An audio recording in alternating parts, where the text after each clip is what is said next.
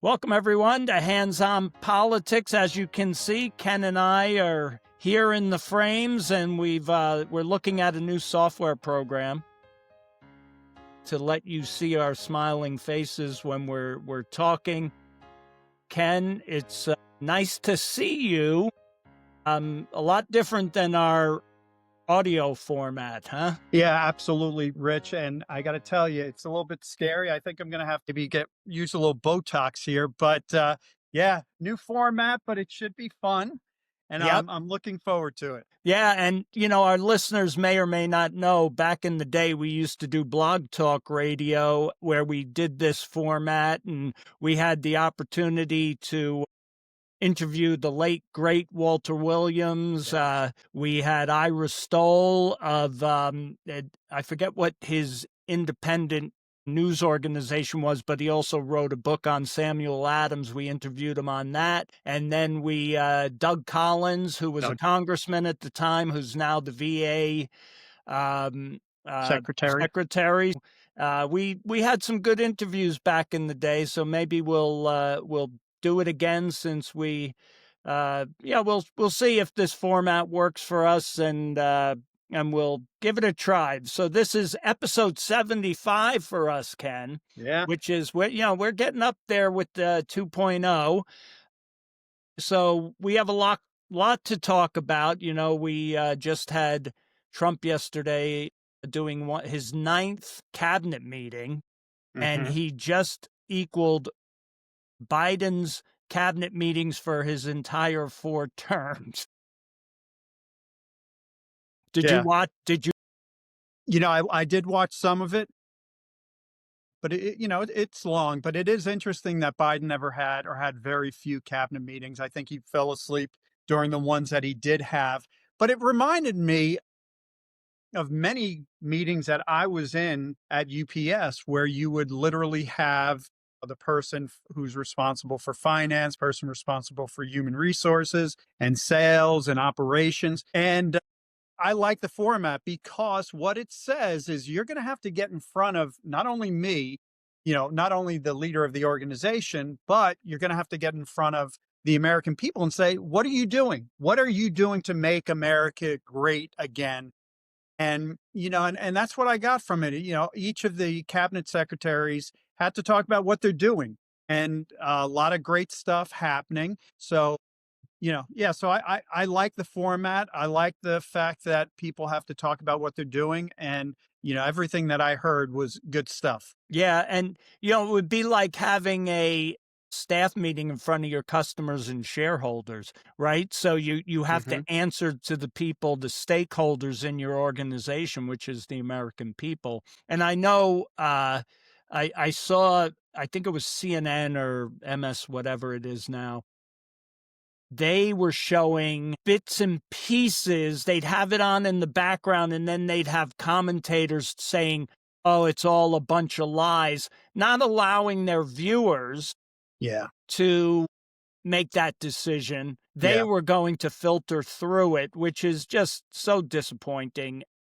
People who watch the alphabet, ABC, NBC, CBS, they're not getting the news. I mean, I'm not Mm-mm. going to go off subject here right now, but the whole Minnesota welfare scandal, $1 billion, Tim Walz, wasn't even covered yesterday by any of the majors, the CBS, NBC, or CBS. So if you're watching them, you're not getting informed. And this is not a right-wing conspiracy. This is happening at the local level in Minnesota, and it has been it boiled up to the surface because it's such a big scandal, and it involves federal dollars, which are our dollars, and potentially going to a terrorist organization in Somalia. Yeah. Just to talk a little bit about how people who do not get their news from various news sources, you really have to go to conservative sites, liberal sites, so-called moderate sites to really get the big picture. And, Rich, when I'm preparing for hands-on politics, that's what I do. I'm not just going to sites that I agree with. I want to hear what the other side says so that I'm fully informed. but you're right, $1 billion or so of what is it? Different types of welfare programs that Somalians are using to enrich themselves and also send it over to warlords or whoever, terrorists over in Somalia. It's really horrible. But I think we mentioned it last week a little bit. Somalia is known, US State Department, not only during the Trump administration, but during the Biden administration, during the Obama administration, for a long time has been known as a country that has a tremendous amount of corruption. And so, should we be surprised when we bring over, you know, cities or towns from Somalia and plop them down in the middle of America in Minnesota? Should we be surprised that they're doing exactly what they were doing, that they're doing here, what they were doing over in Somalia? I don't think so. It's no surprise to me. Absolutely. And we can talk more about that, Ken.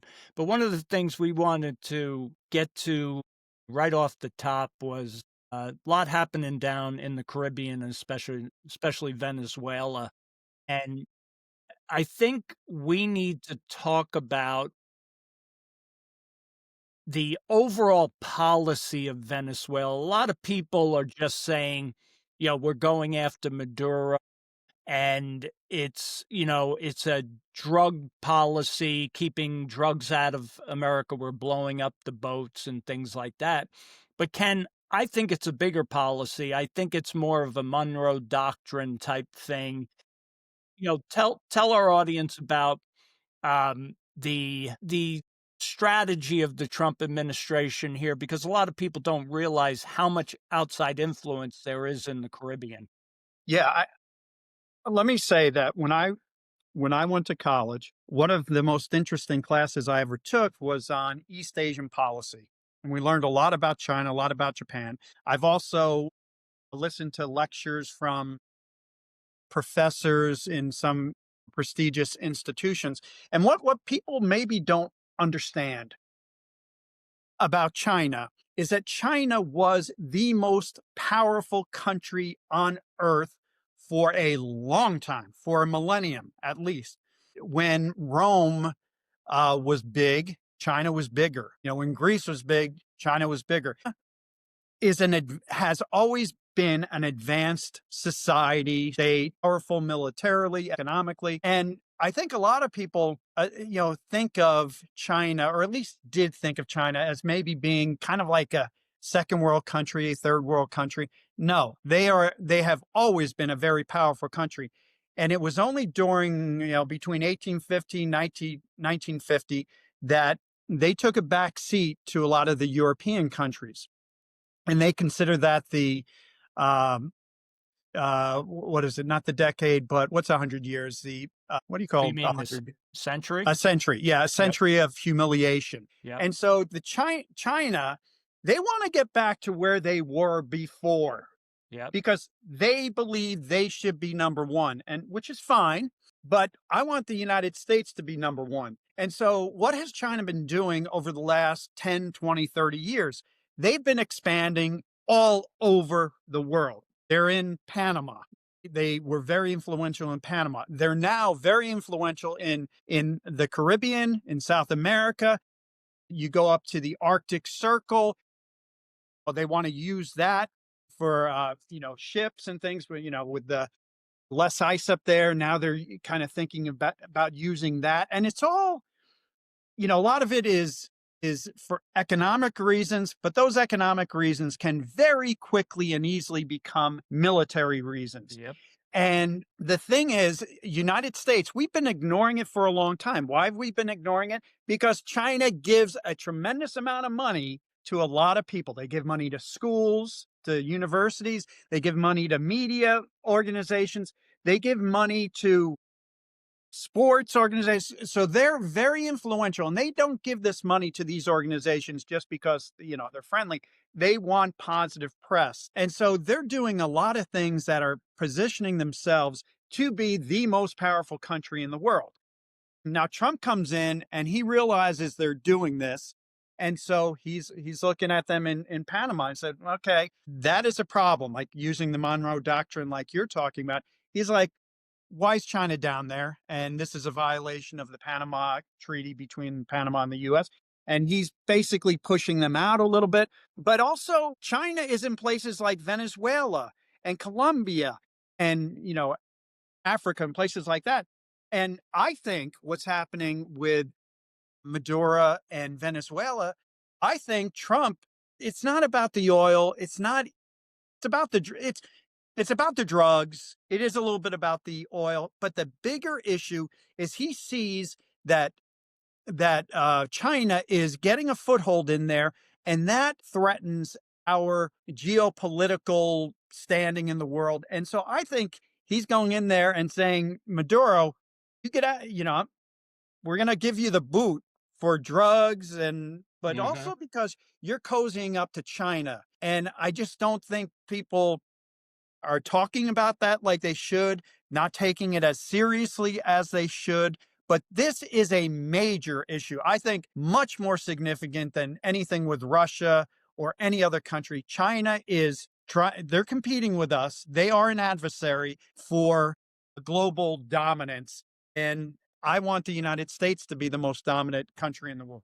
Yeah, it only makes sense when you look at the amount of military that has been sent to the Caribbean. It's what Trump is doing is sending a signal, not to Maduro, because Maduro doesn't have any chance of keeping, fighting against.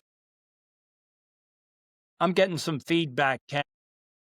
Are you fine? Okay. So, the amount of military that's down there is simply not just for drugs and Maduro. I think it's sending a message to China to say we are now taking back over our area. And of course the drugs are seriously important.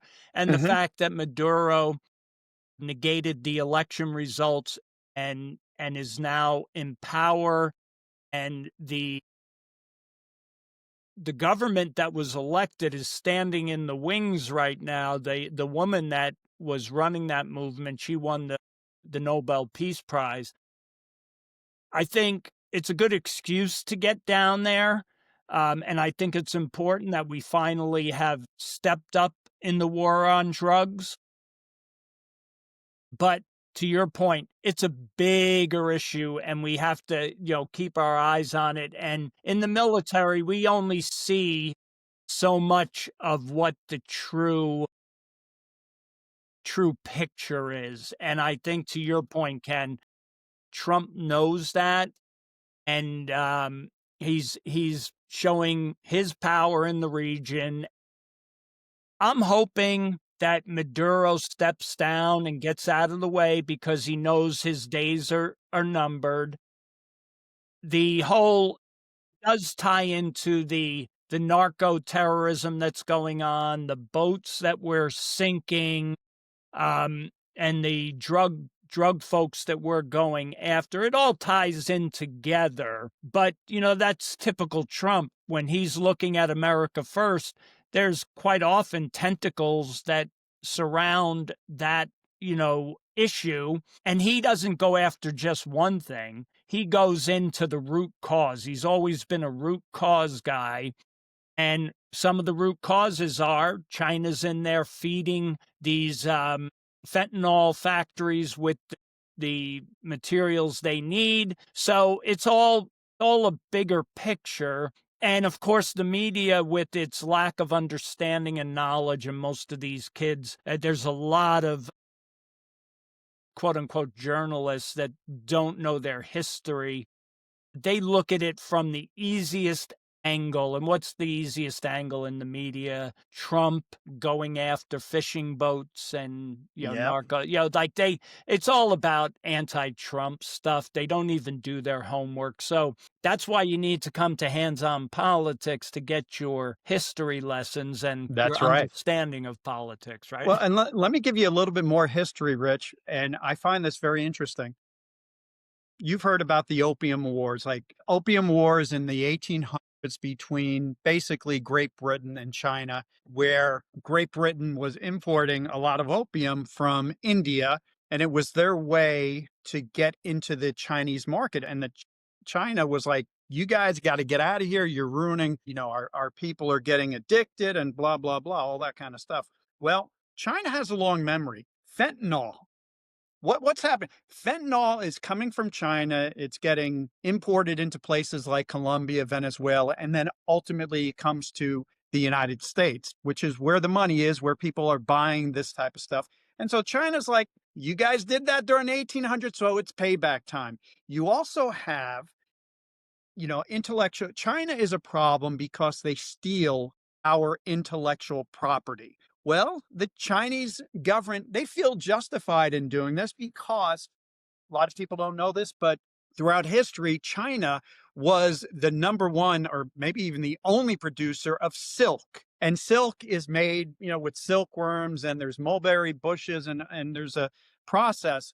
Well, the West back in the, 1400s, 1500s, they stole that intellectual property from China. And so it might sound kind of silly, but in their minds, it's like, hey, you did it to us Yep. and we're doing it to you. And they justify it that way. And they're going to continue to do that.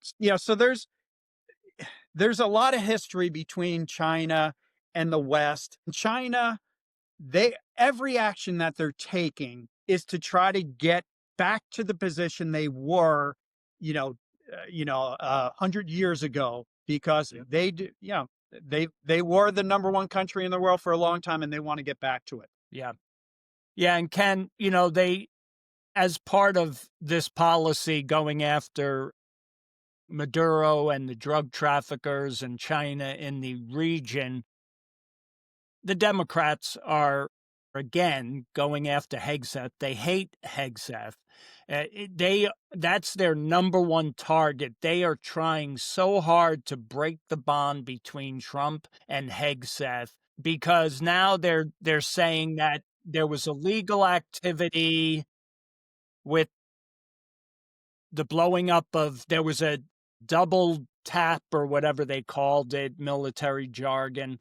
And I love listening to, there's a general, Jack Keane, he's a strategic analyst. He runs a war college, very, very smart. And he was like, this 25% of military missions have multiple attacks on the same targets, because of, if the first one doesn't complete the job, the second one will.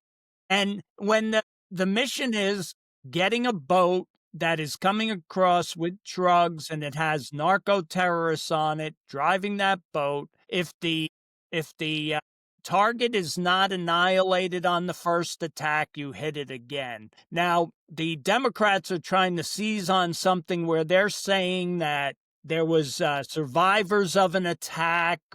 These narco terrorists were hanging onto the side of the boat. Nobody's seen any of that footage. They're just kind of saying that.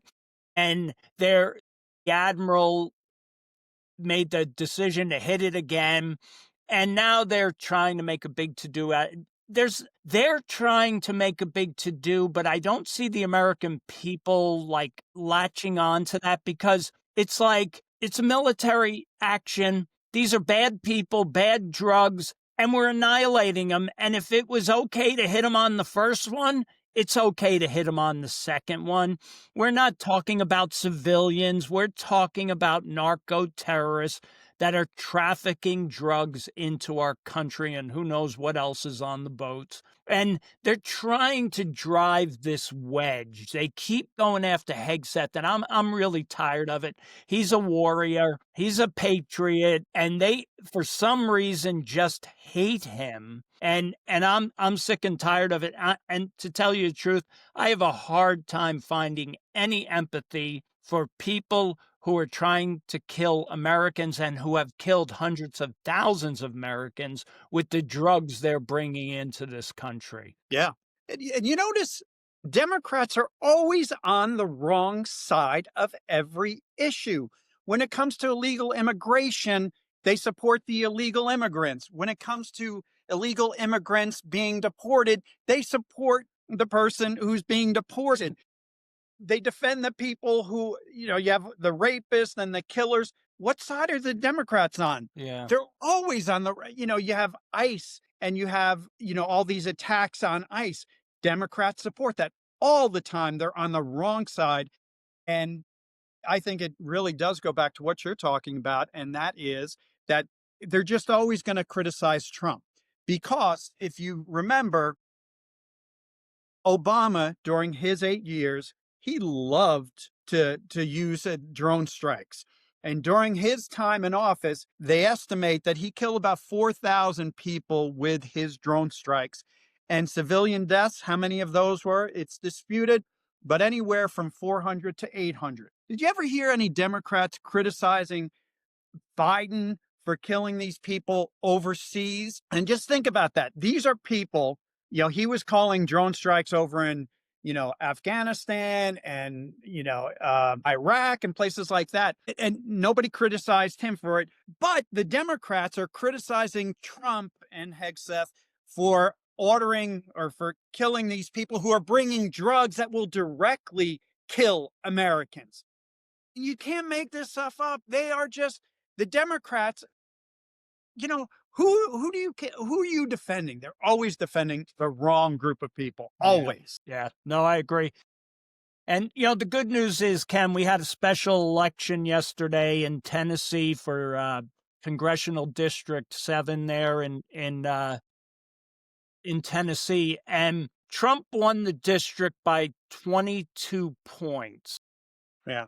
And so the Van Epp, who was the Republican, he won it by just about 10 points. And there's a lot of speculation on, this woman was, and the reason I'm transitioning here is, Ken, is because what you're saying, they're always on the wrong side of the issue.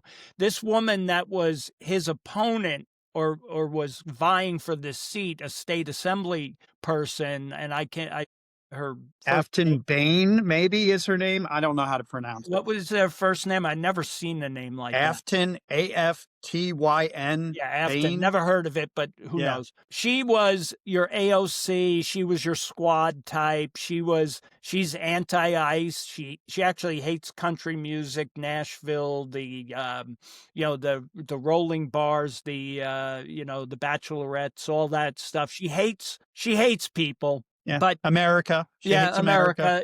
She's on the wrong side of those issues. That's why, it was a good transition into this special election. But the point being, the Democrats are thinking they had some gain here because Trump won that district by 22 points. But let's kind of pull back. What was the turnout difference? There was a massive turnout difference because it's a special election, and I don't know the exact number, but I think there's 700,000 voters in Tennessee overall, or in the district. And it was, the percentage was probably 30% of people voted. And I'm sure in the general election, that number was much higher. But you also have to remember the presidential election was getting, a year of media coverage. Trump is a great campaigner. He got the votes out.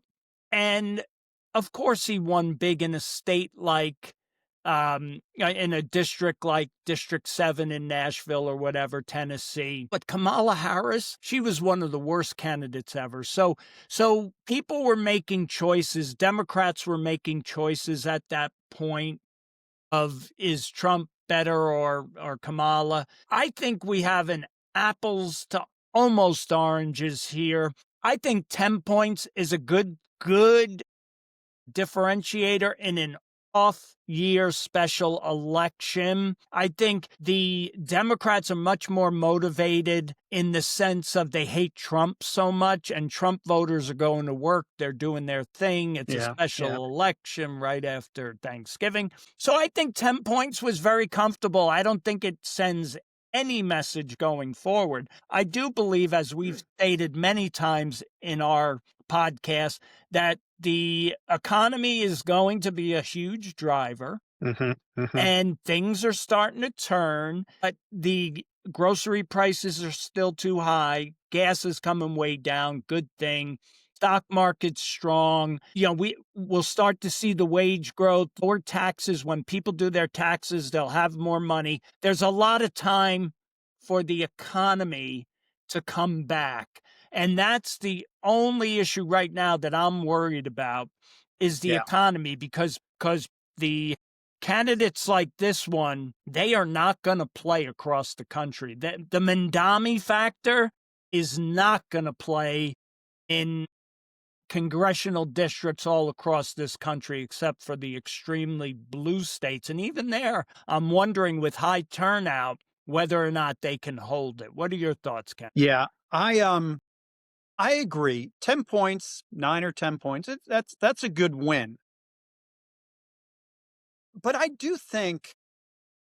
don't think it's a bad thing for Republicans to be concerned because even if it's not a bellwether of what's going to happen in the future, I want people to be concerned. I want people who love America to be concerned that maybe we're going to have trouble during the midterms because I want them to be excited about coming out. Um, so so I'm not. And by the way, the Democrats are going to use anything to say, "Oh, look at the big change. They won by 20, and now it's only down to 10." And they're grasping for straws, Right. right? Because they are losing everything. Trump is moving policies forward, and they're just seeing everything that they believe in just basically slipping through their hands. So, they're gonna cling on to anything that they can. So I'm not worried, but I think it's maybe a good thing that it appears to be a little bit closer than maybe it should have been because I want our side to get motivated. So I want that. And I also think it is a good reminder to Trump. Not that I don't think he's doing everything he can to turn the economy around and to do everything he should be doing to fix America. But I think Trump needs to continue to focus on the economy. So I think it's maybe just a little bit of a not so much a wake up call. That's too strong of a word, but just don't get too complacent Yeah, with it's a where we are reminder. right It's a now. reminder. Yeah, And we've talked about this as well, Ken.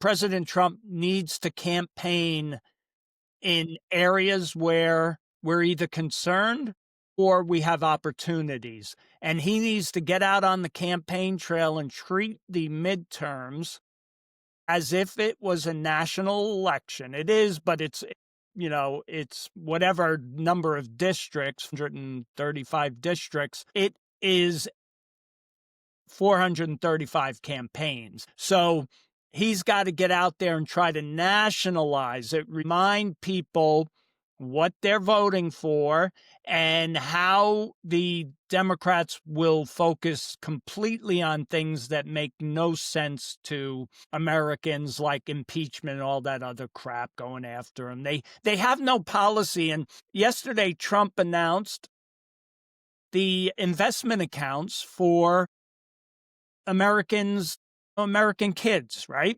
And Dell, the CEO of Dell, whatever, it was one of the Dell Michael family Dell. men, Yeah, Michael Dell, and his wife have pledged whatever the number of billions of dollars to basically seed those accounts. But I think those types of things are really important to educate people on financial success, that time is your friend, that having an account that you can utilize down the road by slowly putting money into it, watching that interest grow. And when the kids turn 21, 18, whatever the number is, as long as the government has no access to those accounts, except for the fact that these kids at 18 now get that account fully. The government should not be able to do what they did to Social Security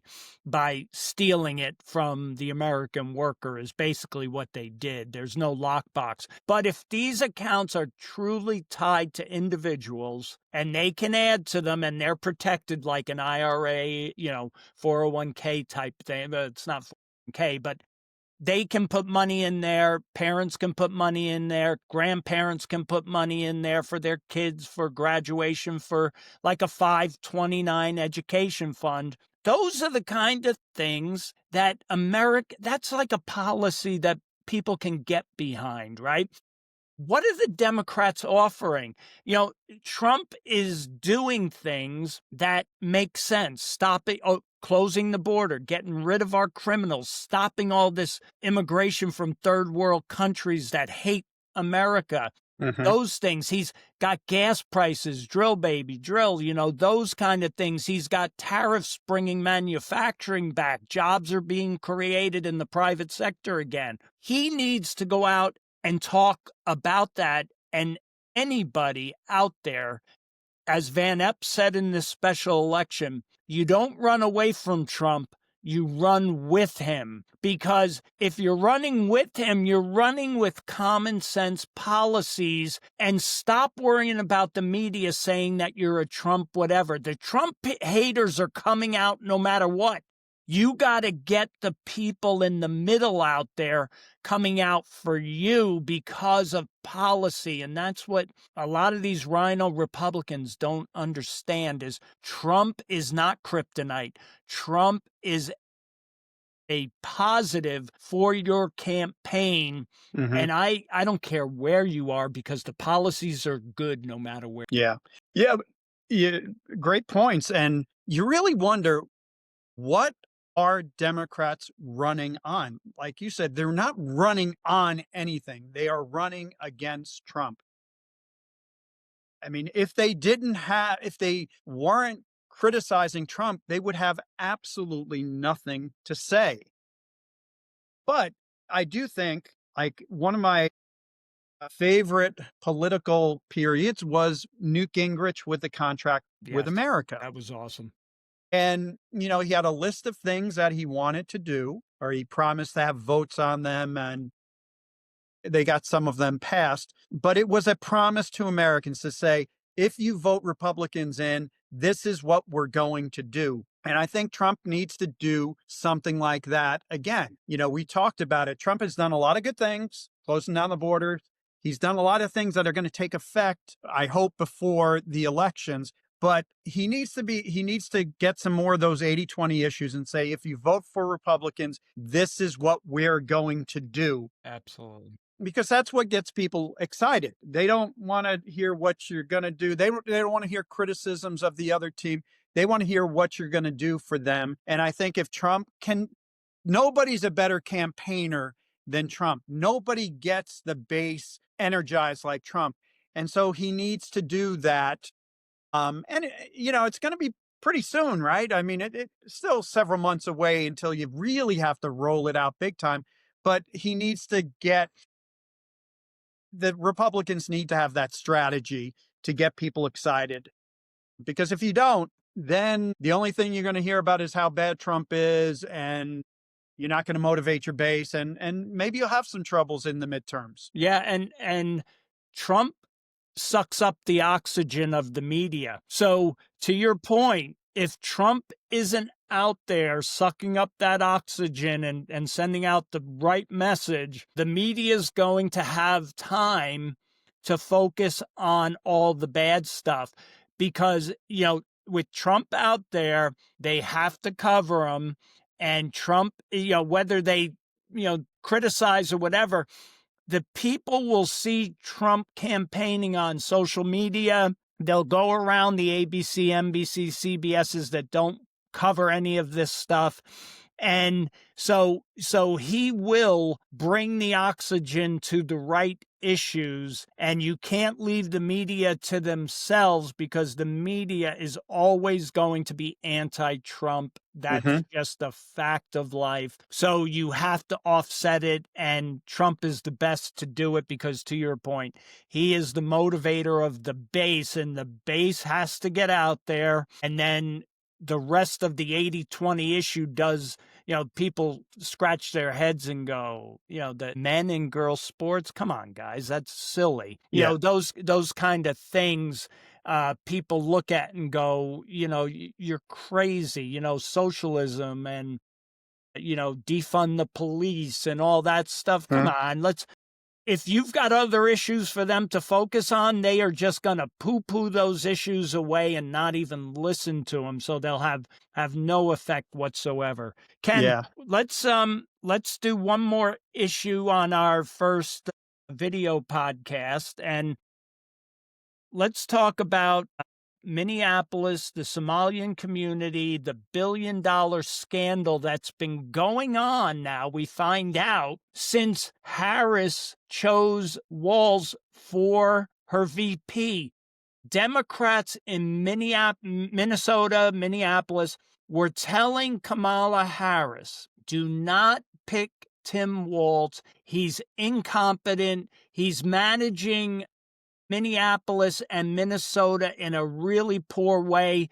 There's all this stuff going on, including this scandal of welfare programs, a number of welfare programs that are responsible for nearly $1 billion of tax fraud. Already 55 people have been convicted and a whole bunch more are going there. The New York Times is on this now. The Washington Post was trying to hide something, and the New York Times says, oh, no, this is a big, big deal. Have you been following this, Ken? Yeah, I've been following it, a little bit. To me, it's not a real complicated issue. Going back to when Kamala Harris picked Tim Walz, I was like, and this guy spoke. I'm like, this guy is an idiot, like a low IQ. And what's funny is, they say the president needs to pick somebody who has he has a lower IQ than him or her, because you don't want to look bad. And so you Yeah. had uh, Barack Obama pick Joe Biden. Joe Biden. Yeah. Okay, that makes sense. And then Joe Biden picks Kamala Harris. It's like, my gosh, if she has to pick somebody who has a lower IQ than her, the person's not going to be able to get dressed in the morning. But she did it. She picked Tim Walz, and the guy is a complete idiot. I'm sorry, he's and I guess they picked him because they wanted Kamala needed help with the white white voters, white male voters. And I'm Yep. sorry, I don't vote for guys who walk out on the stage doing that. Mickey But Mouse. not only that, he's just, jazz hands. He does Yeah. jazz. What the heck is that? But he's just a totally incompetent person. But I think maybe a maybe bigger issue here is liberalism and just dealing with any minorities. They are racist. And I can guarantee you one of the reasons why Tim Walz and other liberals didn't question Somalians about all this corruption is because, oh, you're not allowed to do that. You're not allowed to question because that would appear to be racist and Targeting those black people. yeah. But the fact of the matter is, that is racist. If you are Absolutely. going to treat minorities differently than you're going to treat, white people, that, especially if you're going to treat them in a condescending way, which is what Democrats always do with minorities, that in and of itself is racist. And I would argue to my death that Democrats are the most racist people in the country. I want to treat everybody equally. And if I see white, like Hunter Biden, he's a Yep. white guy, corrupt as they come, Yep. but also the Somalians I don't know any of them personally, but when you're using, government money to enrich yourself or enrich terrorist organizations back home, I'm going to hold you accountable. I don't care what color you are. Yep. Lady Justice is supposed to be blind, Ken. There's a novel idea, Yep. huh? And it's true. It's true that Democrats, just their inability to face things like, in the inner cities, black families are broken. Mm-hmm. That's that's not racist. That's stating a fact. And the black community will tell you that their families have been broken due to the welfare system, the way it's designed, that if there's a father in the house, they don't get as much money. And Mm-hmm. it's been a corruption of the black family forever. But Democrats can't say that because they think you're targeting black families. No, you're targeting an issue of broken families due to the welfare system. And there are white families that have Yeah. the issue, but the majority has been seen in the black community. And until you come to terms with the root cause of the issue, if you can't get by the color of the skin, that's racist in itself. And it's the bigotry of low expectations, right? That this community doesn't want to help itself. It doesn't want to fix itself. Black people can't get an ID, so you can't have voter ID. That's what the Democrats say all the time. And it's like, do you not hear yourself how Mm-hmm. racist that is to say that black people can't do that? I know so many black people that they have homes, they have families, they have good jobs. I've worked for black people as my Mm-hmm. supervisor, and you and UPS probably have seen a lot of supervisors that are minorities. People are people. You have to criticize behavior, and that's what's going on here in Somalia. And it's been going on for a long time that even it was a Somali government official that was blowing the whistle on this scam a long time ago, saying this is a bad reflection on our community. We need to stop this, Mm-hmm. and understanding what the ramifications are. So, a good Somalian there, but, not enough of them. But Tim Walz and his group can't come to bear. And, I'm getting sidetracked because there's a lot of things here. The mayor of Minneapolis is all over this like targeting issue of Somalians. No, it's a targeting issue of the biggest fraud scheme, welfare fraud scheme in the history of our country. It's not about the Somalians. They just happen to be doing it. And maybe it is because we've brought them in from a country that has no law, is just like a anarchy. It's Yeah. run by terrorists. So maybe we shouldn't bring them here. And maybe it's, the behavior is what we're focusing on. And the Somalian part of it, that's a problem. The way they came here, they're not assimilating. But there's a multitude of issues here. It's not just we're going after black Somalians. No, no, absolutely not. And just on the bigger issue of immigration, you talked about Somalia. It's a broken state. It is, again, if you went to the State Department website and looked up, hey, should I go on vacation to Somalia? They say, don't do No, that. That's very absolutely dangerous. not. Or Haiti, don't do that. You might not come back alive. And, just for those liberals who are so concerned and so compassionate that they want to help people from Somalia, from Haiti, I don't disagree with that. But let's do it through helping them maybe with foreign aid. Maybe, there's different ways that you can help people without bringing them here. Like, Exactly. what kind of sense does it make to bring Somalia, again, Haiti, high violence societies, low educational achievement societies? Why would you bring them here? We can help them in many ways, but bringing them into our neighborhood, probably not the best idea.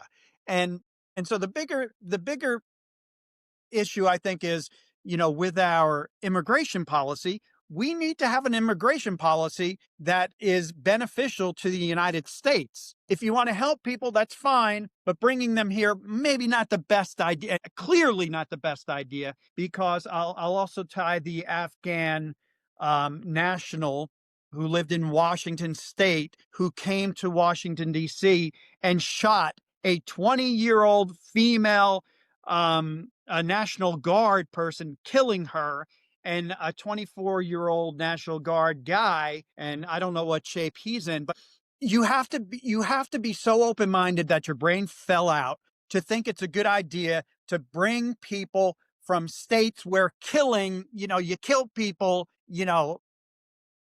I That's how you that killing resolve is acceptable. disputes. Absolutely. Yeah. Absolutely. And the fact that we haven't closed down our border completely, the only exceptions to our border right now, the assimilation is not happening. We have, communities of Afghans and Somalians and other different ethnic groups that are hunkering in together. They're not assimilating. We need to get a handle on that, and closing down our immigration policy right now is a smart policy. So let's find out, let's re examine these Afghanis, let's look at this Somalian issue, let's look at these immigration policies and have a thoughtful conversation on what we need here and who we want to bring here. We want to bring people that want to work, have an education already. We can't be bringing in you import third world people, you become the third world. We can't support all this, and shutting down our immigration with just a few exceptions, businesses that are coming in, because of tariffs, setting up businesses, and they have consultants and things like that to help them set up. Those kind of things make total sense. But we need to get a grip. It's been done before. Let's get a grip. Let's shut it down and only make very few exceptions. Get a handle, deport the people that need to go, and get back control of what's happening in our country. So, Lakins and all these young ladies that have been either murdered or raped or assaulted, human trafficking, child trafficking, all of that, we can get a handle on it, get these people the hell out of here, and get back to a normal policy. Yeah. And, shutting it down or slowing it down big time, there's some problems with that. Like the way I expect the economy to take off. We're going to need people. However, what the Biden administration did for 4 years is they brought people over here.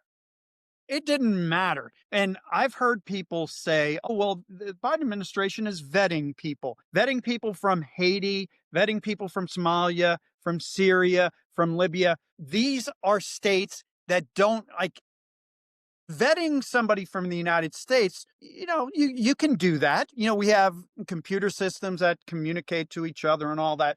But you're talking about countries where they don't have a functioning government. There is no computer system to know what these people have done. So what does vetting really entail in these situations? Like, who are you asking? Right.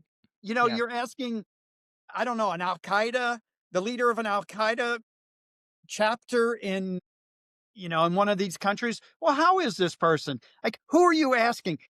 There's nobody to ask. And so when Democrats say that these people are vetted, it's a lie. It's a lie that only a fool would believe. And so it makes me angry when I hear a Democratic politician say things like that, because clearly it's impossible to vet these people.